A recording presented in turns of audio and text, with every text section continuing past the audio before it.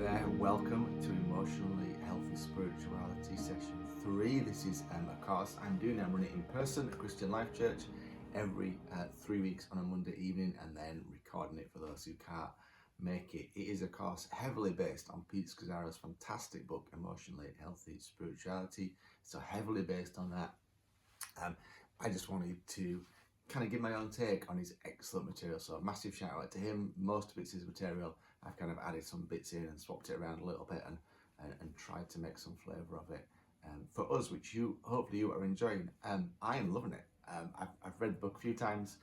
When you kind of prepare it and then teach it and then teach it again, it really kind of sinks into you, and I am loving some of the things I am becoming aware of, seeing as we do it. Hope you are too. Session 3 is all about the need to look backwards in order to look forwards. The reality is that we have been birthed into a particular family, in a particular place, a particular moment in history. And that reality granted us certain privileges, certain gifts.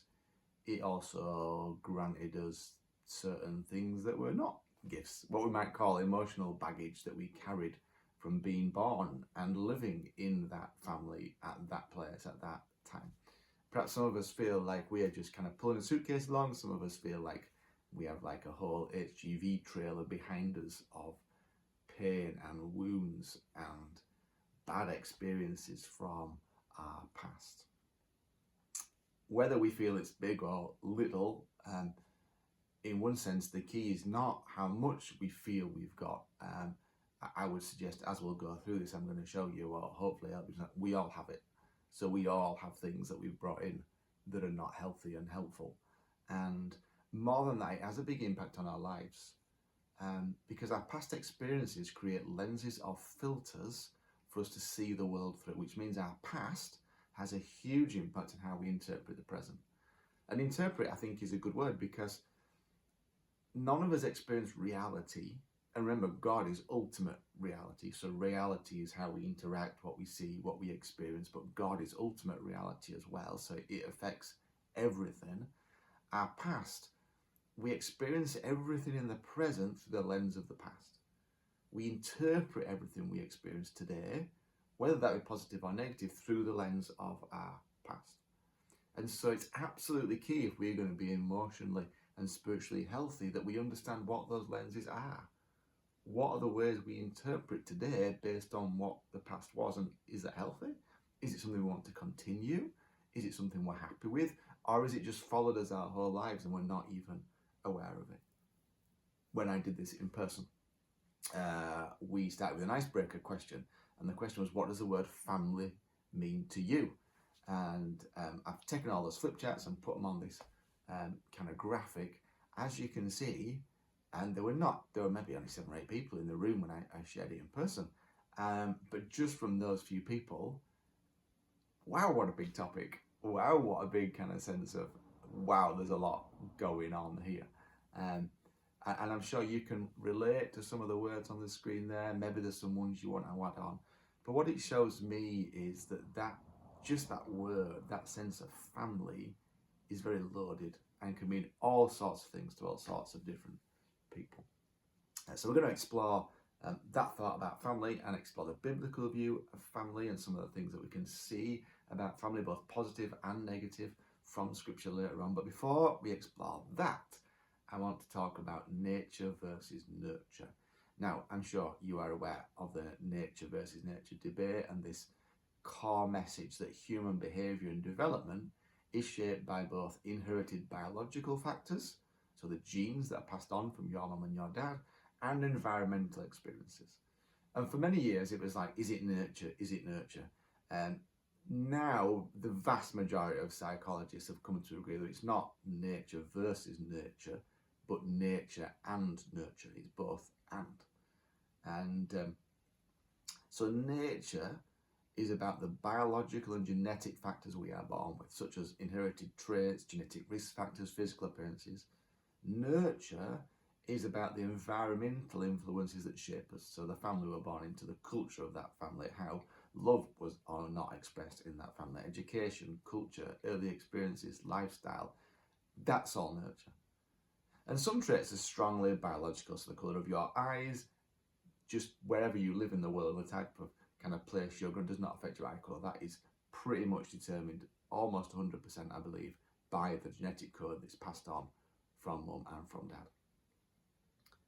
But some things are more clearly driven by experience, such as manners, attitudes, learned behaviours.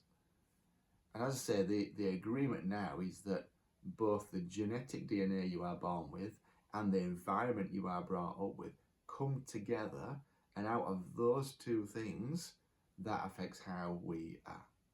But the fascinating thing is that a person may inherit a potential or a predisposition, but the environment can affect whether and how that potential develops. So you may have a child who, in their DNA, have incredible musical ability. But if they are brought up in a family where musicality is not valued, not expressed, and not kind of encouraged, that part of them may never develop, or is unlikely definitely to lead to its full potential. At the same time, you can have somebody who has very little musical DNA but grows up in a very musical family, and they can thrive musically. Such is the power of the two.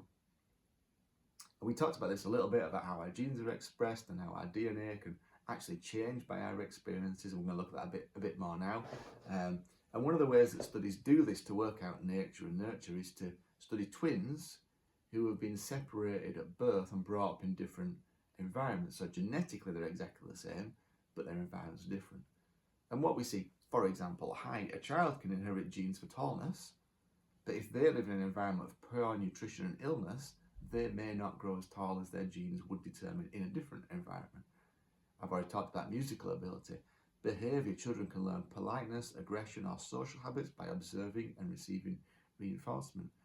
Somebody may be genetically quite passive, but depending on the environment they grow up in, they may become more passive or may go the other way.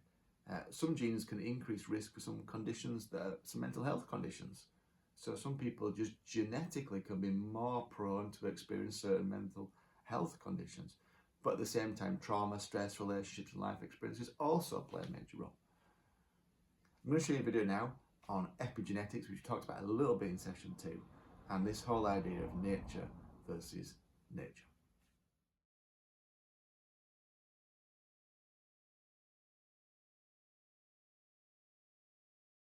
Meet Lucky Lyle and Trouble Tim. Now you might think they look a lot alike. That's because they're identical twins. But imagine them being raised in completely different environments. As adults, they turn out very differently. Lucky Lyle is a model citizen. He goes to work, pays his taxes, treats others well, and gets an education. Trouble Tim is on a different path. He robs banks, doesn't pay taxes, and gets his first prison sentence at the same time as Lyle gets his diploma. Their genes are identical, so it must be their separate environments that have made them so different, right? Well, there's more to it than that. Much more. We need to rewind a bit in time. You see, one of the great questions of humanity is, what makes us us? Early explanations had a hint of the supernatural about them. As the centuries whizzed by, science emerged and fought a tough battle to gain credibility.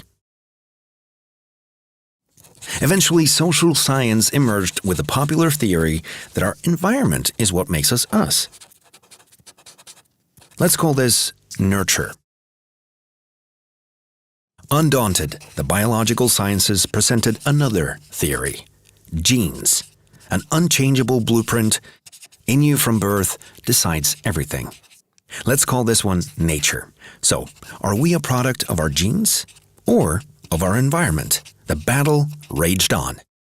Observations in a newer field of study suggest that both are partly right. This field is called epigenetics.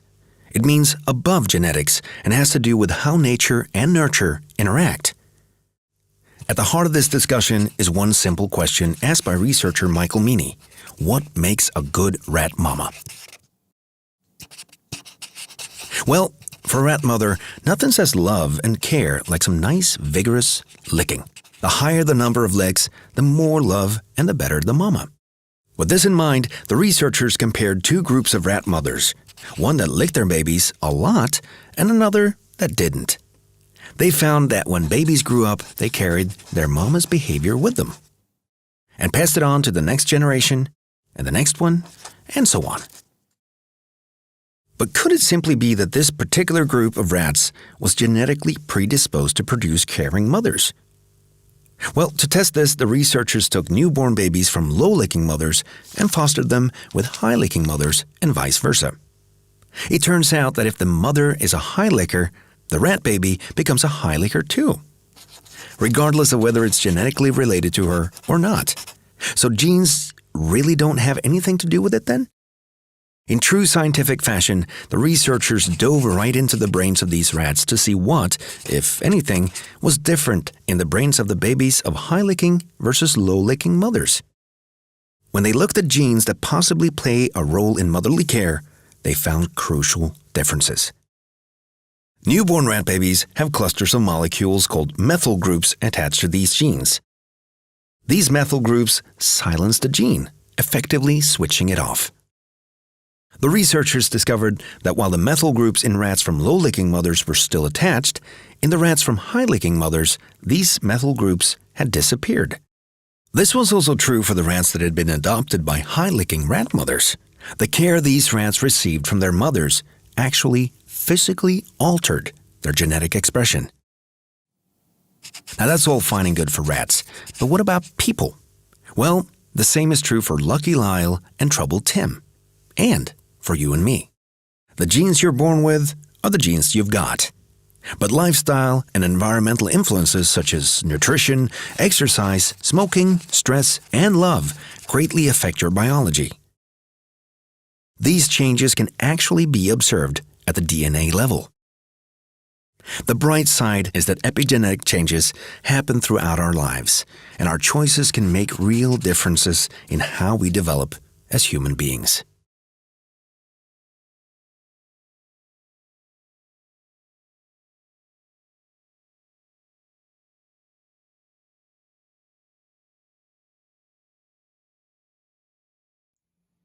I love that video, because I just love those drawn videos. I think they're amazing, and I'm a geek, so I love learning about that sort of stuff. But one of the things I find fascinating is that no matter our genes, our environment can cause us to be different. Did you pick up there that in terms of the rats, the low-licking rats, so that they're genetically, they had something switched off or on, whichever way around it was, that meant they did not give affection. But then they get put with a mother who is affectionate, and she expresses that affection, and their DNA changes and means they become an affectionate person. Just think about that in terms of generational transfer, in terms of generational change. Think of that in terms of what can happen just psychologically. We've not even added the power of the Holy Spirit and Jesus into it yet. Just from a pure psychological and neurological place, transformation can happen. Generational patterns can be affected. And now remember that we know Jesus, and we know the power of the Holy Spirit. We know the power of inner healing. We know the power of spirit to change things. We know the power of forgiveness from past generations. This is why this is so exciting, because what it shows you is no matter your background, no matter what's going on, no matter where you've come from, transformation is possible biologically, neurologically, even at the level of your DNA, and by the power of the Spirit. There is hope. No matter where you find yourself, no matter your past, no matter where you find yourself in your presence, no matter your family of origin, there is a different future for you that can be taken. Because psychologically I believe that, but as a lover of Jesus, I also believe that the power to change can be supercharged when you add in the Holy Spirit and the love of a community, trying to outwork the words of a family together. Okay, let's move on from nature and nurture to talk about biblical family. One of the things that I find interesting when we think about family, and again we had this conversation when we were in person, was what do we think of when we think of family? And I was trying to point out that as Westerners, particularly, because it's not true all over the world, and as Western Christians or people of no faith even, our concept of family is very small. the kind of classic 2.4 children, mum, dad, like that's our classic view of family. But actually, that idea to the whole of Scripture from beginning to end is not there. There's no concept of kind of a nuclear family, I think is what we'd call it, this small concept, because for the Bible times, the context written, it's about an extended family.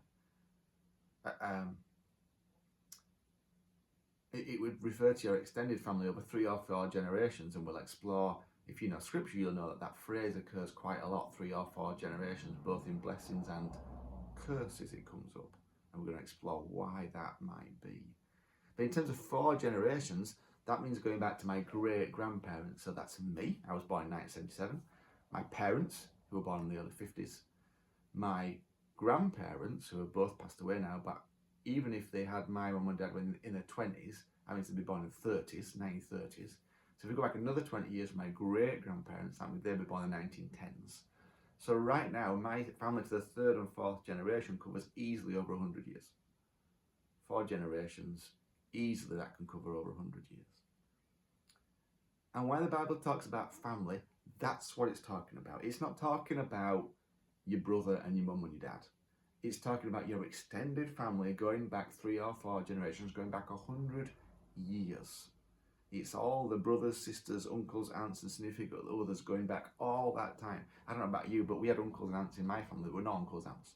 It was like my dad's best man at his wedding and my mum's best friend, and he was an uncle and she was an aunt. And so it's like all those people as well. This is a big group of people that when the Bible thinks about family, that's what it's talking about. And whilst we're affected by external events and circumstances, our families are the most powerful group to which we will ever belong, regardless of whether we're in amongst them, as it were, or whether we've moved to the other side of the world. The history of our family silently follows us wherever we go. And again, it's interesting that numerous times we find those words, as I've said, to the 3rd and 4th generation. Exodus 20, Exodus 34, 2 Samuel 2. It seems that there's this sense that the actions of one generation flow down to the 3rd and 4th generation.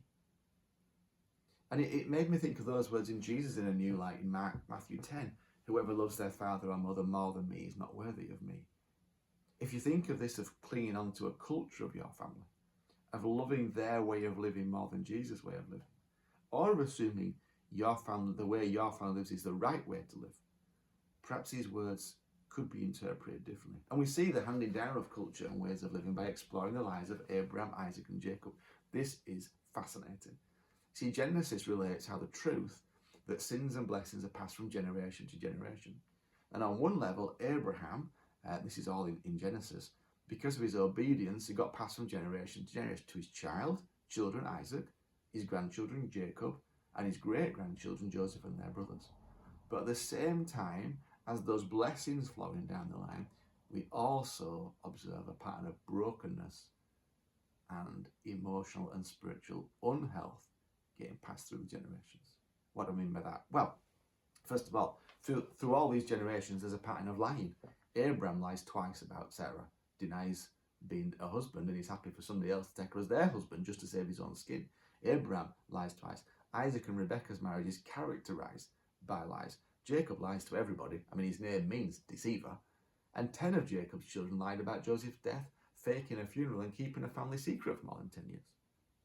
There's this just pattern of lying. Or take favoritism by at least one parent. Abraham favors Ishmael. Isaac favors Esau. Jacob favors Joseph and later Benjamin. There's this pattern of favoritism that runs from generation to generation. Brothers experiencing a cut-off from one another in each generation. Isaac and Ishmael are cut off from one another. Jacob flees from Esau and gets cut off. Joseph becomes cut off from his brothers for more than a decade. There's also poor intimacy in the marriage of each generation. Abraham has a child out of wedlock because with Hagar. Isaac has a terrible relationship with Rebekah, and Jacob had 2 wives and 2 concubines. It's fascinating to see how these traits, this trait of lying, this trait of favoritism, this trait of separation, this trait of poor intimacy just gets passed on from one generation to another. And of course it would, because it's been modelled. Why would Joseph's brothers know any different? They've seen dad and granddad and great-granddad offer all this favouritism. They've seen dad and granddad and great-granddad lie. That's how you get by. That's how life happens. That's how it all works. They've had no other model.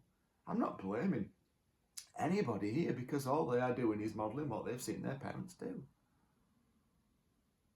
But in modelling it, they perpetuate the emotional and spiritual unhealthiness, and it just keeps going down the line.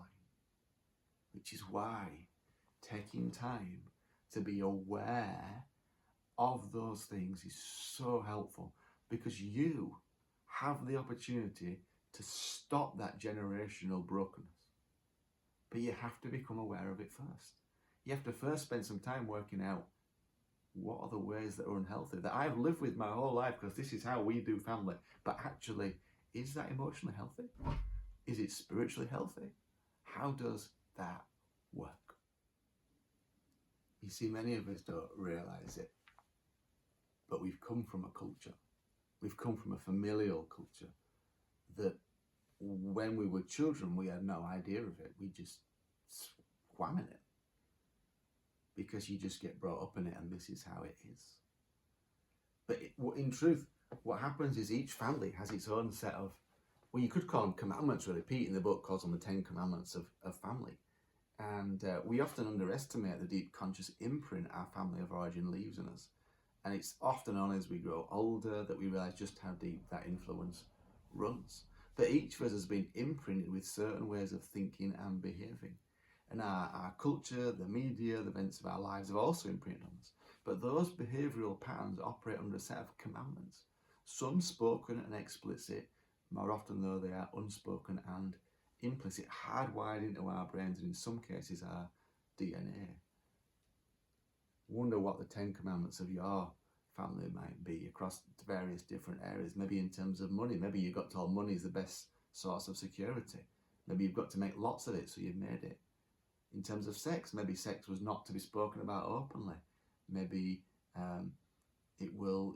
maybe you were told that it's fine for men to sleep around, but women have to be chaste. Maybe you were told that, I don't know what messages you received about that.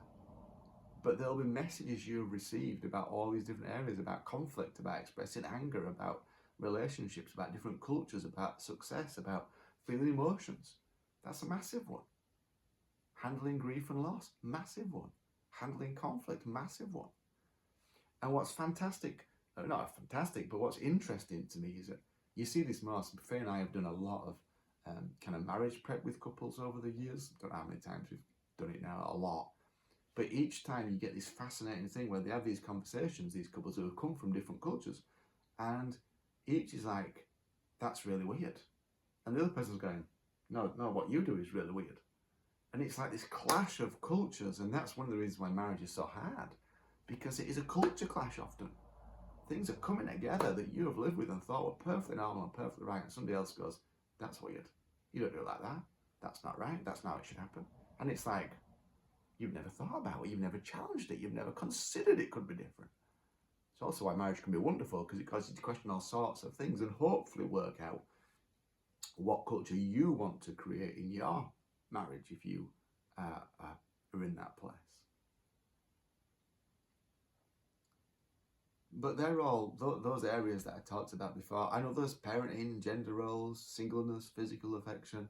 These are like, this is what the culture of our family was.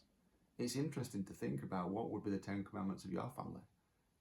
Like, what would be the things that what were the key messages that got brought down that your family were like, this is really important. These are the values of our family. Pete, in his book, points out that often when somebody thinks about their family and thinks about their background and the 10 commandments, if you like, they'll say things like, well, I think my family's really messed up. And his response that he puts in the book, which I think is really helpful for all of us, is this. This is what he writes. All families are broken and fallen. None of us comes from perfect families with perfect parents. Most parents did the best they could with what they brought with them into adulthood. And it's likely some of the things that did hurt us, such as criticism and rejection, were a result of what was handed to them by their families of origin, rather than a reflection on us or their love for us. Our fear of bringing secrets and sin to the light, however, drives many people away, to prefer the illusion that if they don't think about it, it somehow goes away. It doesn't. Unhealed wounds often opens up to habitual sin against God and others. I find his words there about most parents did the best they could with what they brought with them into adulthood very helpful. Many people are angry at their parents if they didn't experience the childhood that they would have hoped for or wanted or longed for, and understandably so. But in the end, people do their best with what they have, and they can only parent with what they know. They cannot parent in ways they do not know. You cannot parent from a place of security if they know no security. You cannot parent from a place of unconditional love if they've never experienced unconditional love. They cannot say sorry if they don't know what it is to be forgiven. And that in no way condones poor parenting, it in no way condones abuse or anything like that. But at the same time, perhaps it might help us have a little bit more grace for those who have gone before us, recognising that we are doing the best we can with what brought us into adulthood, which is exactly what our parents did, which is what their grandparents did, which is what our great-grandparents did. And each generation, hopefully is learning to grow. Hopefully it's learning to do something different. But the truth is that all our families are messed up. And we've all been imprinted with some ways of thinking that are unhelpful. And we all need to look back and explore what are those ways and how can I be healed from them.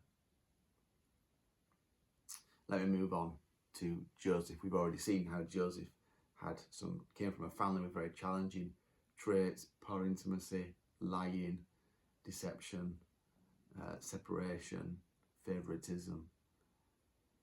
And yet, Joseph manages to overcome those traits and find a new way of living. And I want to share with you 4 insights that Pete shares in the book about how Joseph might have managed that. Number 1, Joseph had a profound sense of the bigness of God. Repeatedly, Joseph affirms the large, loving hand of God through all his pain and hardship. It was not you who sent me here, but God, he repeatedly proclaims to his brothers when they eventually catch up with him in Egypt. Now, that's the rightest understanding of what God's doing. I struggle to recognise that it was God who put him in a pit and left him for dead. He didn't. His brothers did that. And because God is a God who does not control, well, God's not going to stop him. Because God has given control over to humanity. That is what love does. It gives up control to other people. And that then means people get hurt. That's why there's sin in the world. So I don't believe that God sent him in the pit and in the slave. But God's redemptive power is at work despite the sin and pain that other people caused him. God's redemptive power is at work for him. Because no matter the situation, Joseph seems to cling on to the fact that God can still work. He wasn't afraid the situation was bigger than God, or that where he found himself meant God couldn't work. He affirms that God, often mysteriously, does what God does through darkness and obscurity. But he understood that in all things God was at work in spite of, through and against all human effort to bring about his purposes for Joseph and indeed the whole nation. It is, of course, a legitimate question to ask, why did God allow Joseph to go through such pain and loss? All questions are legitimate. Not all questions lead you somewhere helpful. So it's absolutely right to ask, but why did that happen? Why did God let that happen? Why couldn't God just do this? Why couldn't God just do that? But the reality is there isn't an answer to that question. I mean, you can pontificate about it for ages and, spend days talking about it. But in the end, it's just a guess. And in the end, that guess doesn't take you any closer to being emotionally and spiritually healthy. Working out why God didn't do this or that or the other in your own life doesn't lead to discipleship. It doesn't lead to being like Jesus. It doesn't lead to healing either. What does lead to healing, and what I am more concerned about, is how do we find life now? What does it mean like now? What does it mean I live now? Where do I need to extend forgiveness? Where do I need to extend grace? Who do I need to get with in order to find healing? And much more important questions. And questions that will take you to somewhere rather than leave you stuck pondering about the past with an absolute guarantee that you're not going to know the answer to that question this side of heaven anyway. Joseph rested in God's goodness and love, even when the circumstances went from bad to worse. Number 2, Joseph admitted honestly the sadness and losses of his family. Many of us are resistant to going back and feeling the hurt and pain of our past. It can feel like a black hole or an abyss that might swallow us up, and we wonder if it's only going to get worse. Interestingly, that's often what happens. It gets worse. Or it feels that way. Whenever we start to explore this stuff, whenever we start to explore our past and our pain and our hurts, maybe through counselling or therapy or just talking with a trusted friend, it feels worse before it gets better. At least that's my experience and the experience of everyone I've talked to who's gone through that process. It's not actually worse because nothing's changed. It's all past. But when we start to explore it and look into it and look inside ourselves, we realise, oh, that's there. Because it gets worse because we've often not allowed ourselves to feel the pain before. We've not faced up to it and accepted it. That's what puts many people off dealing with their past. But what people forget is their past is already dealing with them and causing them pain. They're just not aware of it. So when you go through any form of exploring your past at whatever level, suddenly you may well become aware of something that is painful. Well, it's always been there. It didn't just appear when you started thinking about it.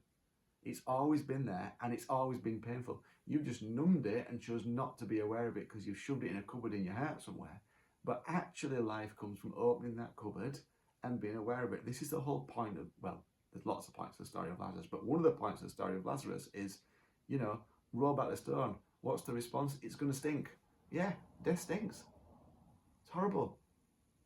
But if you don't roll back the stone and bear the stench of death, you can't see resurrection. And this is why many people are now transformed, because they want resurrection without being willing to face up to the stench of death. They're not willing for the stench of death. They don't want to feel it. They don't want to know about it. So they try and find resurrection every other way, but in the way of Jesus. In the way of Jesus, resurrection comes after death. After death. You've got to die first before you can experience new life. You've got to experience the reality of death before you can experience new life.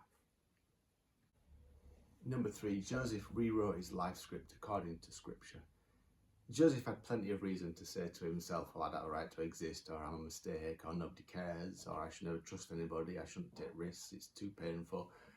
As many, if not all of us, could do. But Joseph didn't. You see, our families and traumatic events in our histories often hand us negative messages or scripts that unconsciously direct our lives, which and the decisions we make often forgotten and replayed over and over in adult situations because without knowing it, we're operating from a script that got handed down to us about how to be. But that script may not be emotionally healthy. It may not be spiritually healthy. It may not be how Jesus would act. But if we don't explore the script we've been given, we can't change it. You have to look back first to know, what am I doing that is not right? And then you can look to Jesus to work out what is right. But you have to do both. You can't just look across to Jesus and go, that's what's right, because you have to unlearn something before you can learn it. And most people never think to unlearn things. They just try and learn things on top of things, and it never works. Because these are ways of behavior and these are habits. This is a culture you're living out. So just working out what Jesus says and trying to do that doesn't work. We have to unpick the old wrong habits first and then go in a new direction. Number 4, Joseph partnered with God to be a blessing. He could have destroyed his brothers with anger, but he chose to bless them. And for those of us that have been deeply wounded like Joseph, that can feel difficult, almost impossible. But Joseph made a choice. He asked questions perhaps every day like, is God safe? Is God good? Can God be trusted? And they're huge questions that take a lifetime. I don't think we ever answer them. The yes becomes more regular than the no, I think, is probably the journey of faith. But I think Joseph had developed a secret history over a long period of time in his relationship with God, which meant when the crunch and the big decisions came about, do I bless? What do I do with my brothers who threw me in a pit?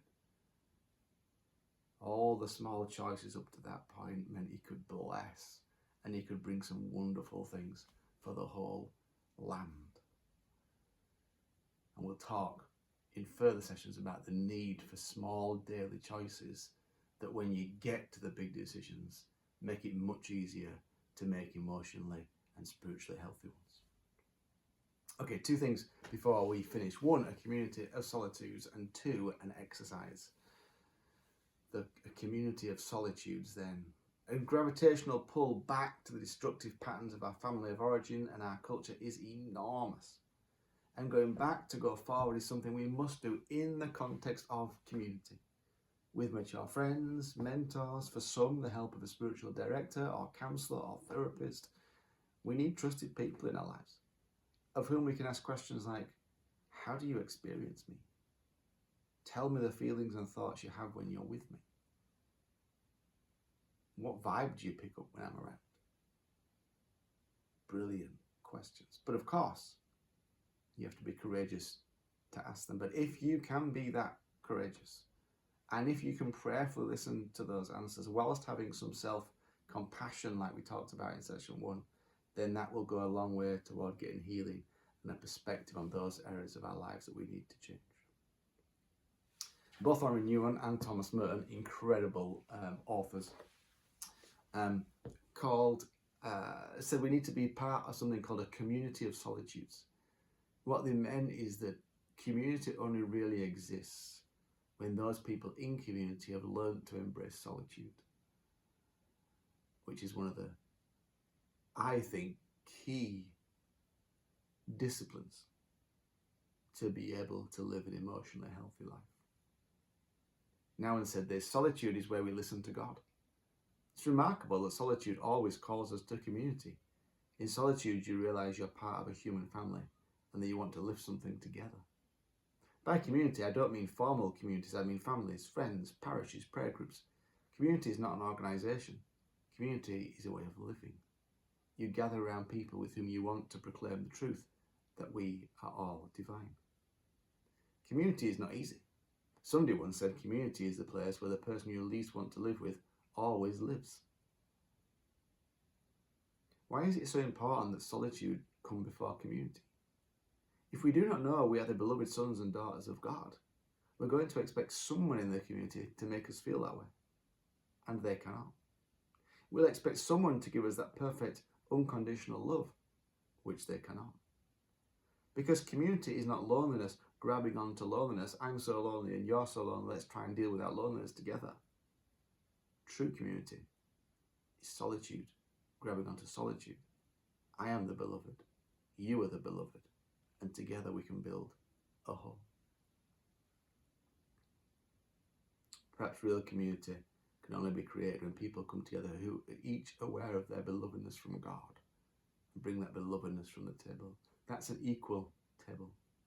An unequal table is where a situation is created for all sorts of reasons, where people are looking to another person to give them that only God can. But real community is created when people come to a table knowing they are the beloved. And one of the ways we do that, in fact, one of the primary ways we do that, is by spending time in solitude. I want to encourage you to apply the things we've been talking about. One of the exercises that Pete recommends is to ponder on the messages we receive from our parents or carers, and to list basically kind of messages from dad or a caregiver, and from mum or a caregiver, and any what he calls earthquake events or major events, and then work out what was the message, what are the core messages I got from these two people and what things happened, and then what was the result of that, because that is effectively your culture.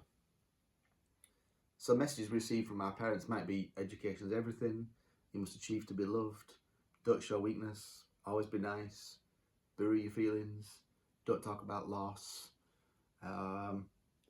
deal with challenge by avoidance, whether that be drink or drugs or shopping or reading Christian books.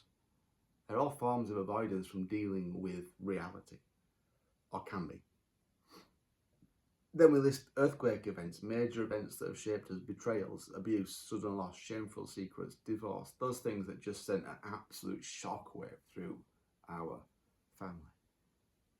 And then we try and review them and try and summarize some of the things we've internalized or normalized. And then the exciting part is when you measure that up to the messages that reflect the family of Jesus. That it's good you exist, that you are deeply lovable, that you are good enough, that you have nothing left to prove, that your needs are valid and a delight, and that you are allowed to make mistakes.